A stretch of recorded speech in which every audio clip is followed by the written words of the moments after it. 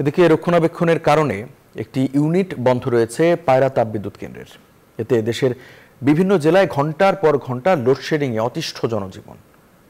রাতে দিনে লোডশেডিংয়ে ব্যাহত হচ্ছে শিক্ষার্থীদের পড়াশোনা। থমকে গেছে কলকারখানার চাকা।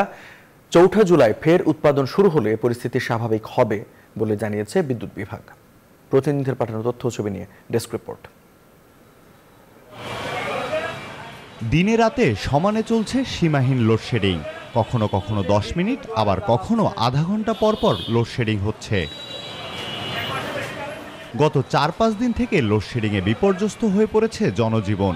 সকাল থেকে ভোররাত পর্যন্ত ঘন্টার পর ঘন্টা বিদ্যুৎ না থাকায় বাসাবাড়িতে মানুষজনকে তীব্র ভোগান্তি পোহাতে হচ্ছে, কাটাতে হচ্ছে নির্ঘুম রাত। এত সমস্যার সম্মুখীন হয়েছি যে 24 ঘন্টায় কারেন্ট থাকে না। অত্যাধিক লোডশেডিংয়ের জন্য জনজীবন অতিষ্ঠ হয়ে গেছে। এমন পরিস্থিতিতে পরীক্ষার্থীদের পড়াশোনায় প্রভাব পড়েছে। ঠিকমতো প্রস্তুতি নিতে পারছেন না তারা। এইচএসসি পরীক্ষা বাচ্চা পড়াশোনা করতে পারতেছে না। কারেন্ট না থাকার কারণে আমাদের ছেলে মেয়েদের লেখাপড়ার সমস্যা হচ্ছে। বিদ্যুৎ সংকটের কারণে উৎপাদন ব্যাহত হচ্ছে বিভিন্ন কলকারখানায়। এতে লোকসানের শঙ্কায় ব্যবসায়ীরা।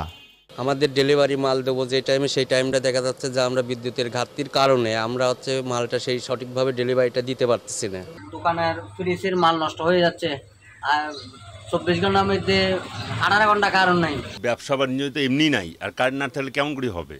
পায়রা তাপবিদ্যুৎ কেন্দ্র বলছে রক্ষণাবেক্ষণের কারণে একটি ইউনিট বন্ধ রয়েছে।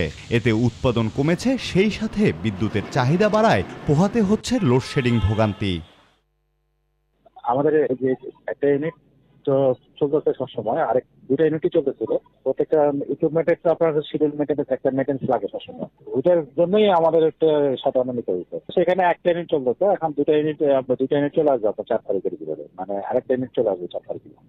1320 মেগাওয়াট সম্পন্ন পায়রা তাপবিদ্যুৎ কেন্দ্র পুরোপুরি উৎপাদন আসে 2020 সালের 15 মে। Desk report, news 24।